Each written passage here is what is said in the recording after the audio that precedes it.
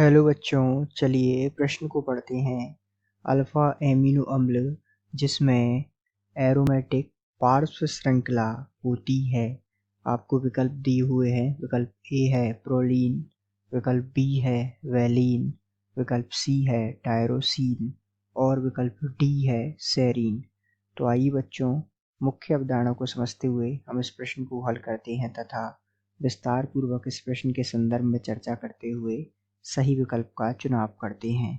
तो सामान्य रूप से मुख्य अवधारणा में सबसे पहले हम बात करते हैं कि अल्फा एमिनो अम्ल जिसमें एरोमेटिक पार्श्व श्रृंखला होती है वो कौन है। तो सबसे पहले हमें सबकी संरचना याद होनी आवश्यक है। तो आइए बात करते हैं हम प्रोलीन की संरचना किस प्रकार की होती है। तो प्रोलीन की संरचना कुछ इस प्रकार होती है। यहाँ CH इससे जुड़ा हुआ होता है COOH समूह, इसी प्रकार यहाँ CH2 और यहाँ NH समूह होता है तथा यहाँ इससे जुड़ा हुआ होता है CH2 समूह और यहाँ CH2।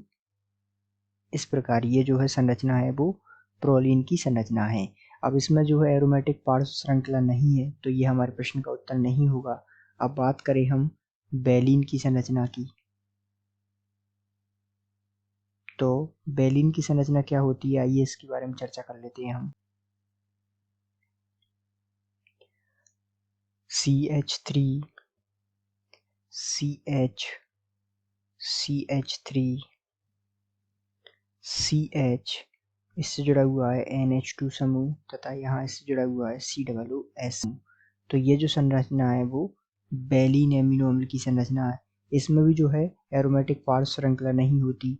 अब आइए हम बात कर लेते हैं जो सेरीन है उसकी संरचना के बारे में। तो सेरीन की संरचना किस प्रकार होती है आइए संरचना को हम बना लेते हैं। सेरीन इसकी संरचना होती है कार्बन से जुड़ा हुआ होता है हाइड्रोजन, यहाँ जुड़ा हुआ होता है COOH समूह, यहाँ जुड़ा हुआ होता है CH2OH समूह तथा यहाँ जुड़ा हुआ होता है NH2 समूह। तो ये जो संरचना है वो सेरीन है। इसमें भी एरोमेटिक पार्श्व श्रृंखला नहीं होती।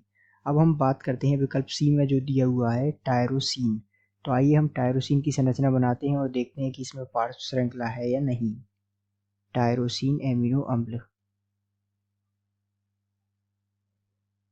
तो सामान्य रूप से टायरोसिन एमिनो अम्ल की संरचना कुछ इस प्रकार होती है।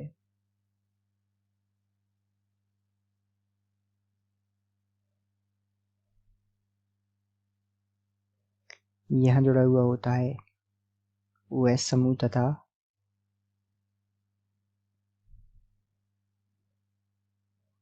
यहाँ OH, यहाँ द्विबंध O तथा यहाँ पर जुड़ा हुआ होता है NH2 समूह।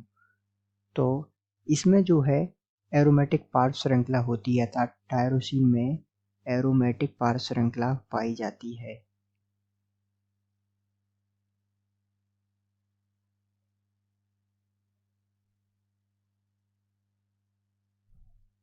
तो इस प्रकार हम आसानी से हमारे प्रश्न का उत्तर दे सकते हैं कि अल्फा एमिनो अम्ल जिसमें एरोमेटिक पार्श्व श्रृंखला होती है वो कौन है, टायरोसिन। तो इस प्रकार हम कह सकते हैं कि दिए गए प्रश्न का सही उत्तर विकल्प सी है। आशा करते हैं आपको समझ आया होगा। धन्यवाद।